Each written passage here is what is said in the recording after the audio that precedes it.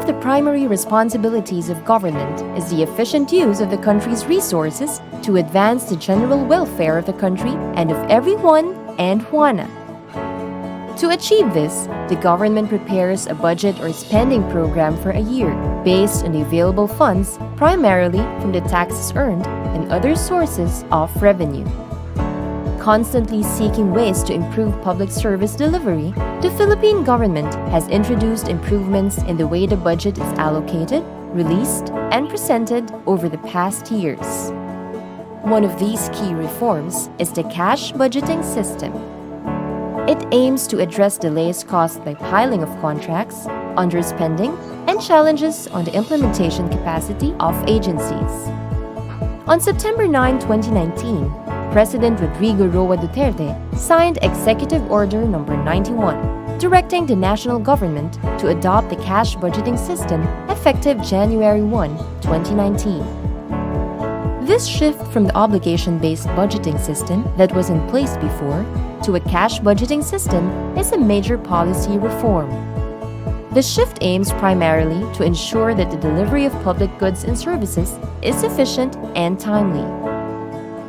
Every government agency or office is provided with a budget for the entire year, based on the approved General Appropriations Act enacted by Congress and signed by the President.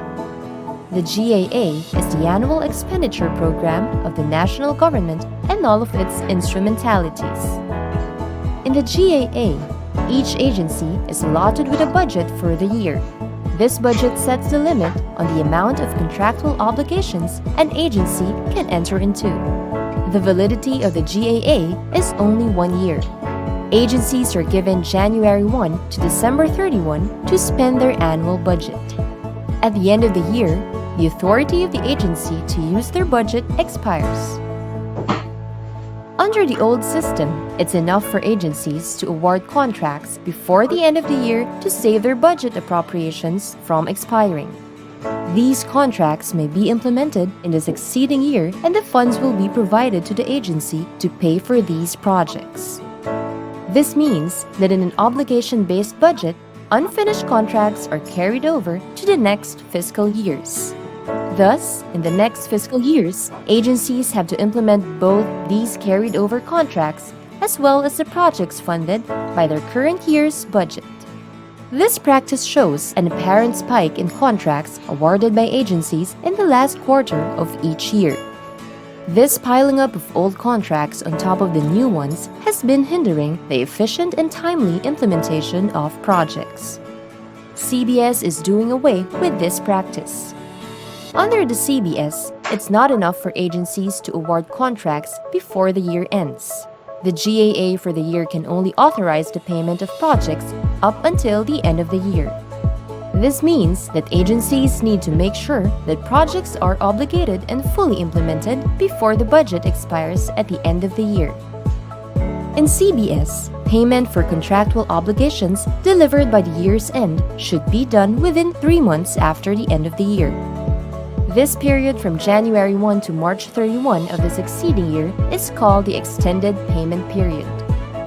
During the EPP, agencies can pay for goods delivered and services rendered and accepted by December 31 of the previous year.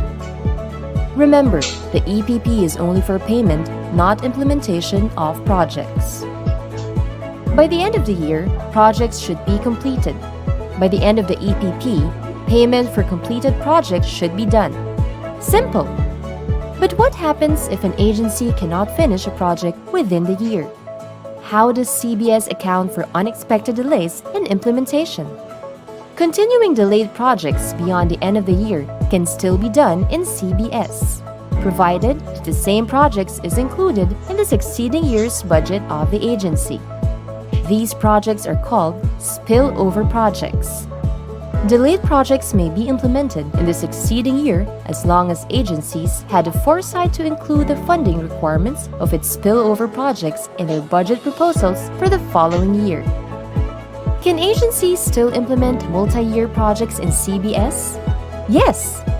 Multi-year projects are those with implementation periods that exceed 12 months. Just like the current practice, before starting the procurement of a multi-year locally funded project, an agency should get a multi-year contractual authority from the Department of Budget and Management. An MYCA is important because only the annual requirement of a locally funded project can be included in the agency's budget in the GAA. The MYCA is the document that contains the total cost of the multi-year project, which will be considered as the approved budget for the contract in procurement. With a budget crafted under the cash budgeting system, a government agency can better focus on implementing programs, activities, or projects within the fiscal year, from January to December, based on the GAA. Is it actually possible to finish projects within the year? Yes! The key to implementing projects on time is to plan them well and procure them ahead of time. Agencies may start procurement activities for their projects in the coming year once the President has submitted a proposed budget called the National Expenditure Program to Congress. According to the 1987 Constitution, the President is required to submit the proposed budget to the House of Representatives within 30 days from the opening of the regular session of Congress. This means that as early as July, agencies may start their early procurement activities.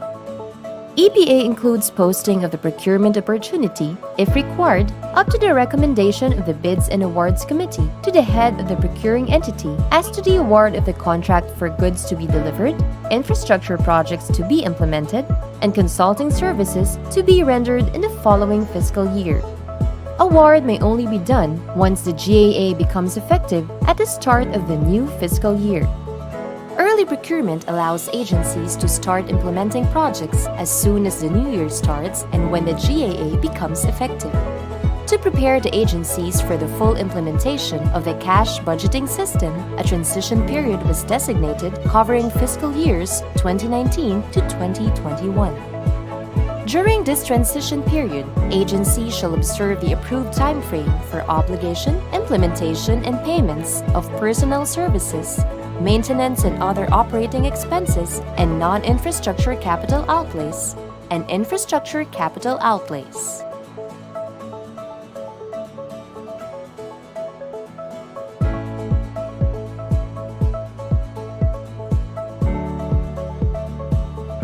This transition period should allow agencies to institute policy and process improvements in line with the CBS. The CBS is a continuation of the national government's commitment to further modernize its public financial management system. The success of the government's implementation of the CBS relies on the proper planning of programs and budgets, and in close coordination of the various units within an agency that plan and implement government projects. CBS also emphasizes cooperation among government agencies so that regulatory bottlenecks are streamlined. Through CBS, the government promises to deliver concrete results on the same year that the budget is enacted. We are full speed ahead to a more efficient government.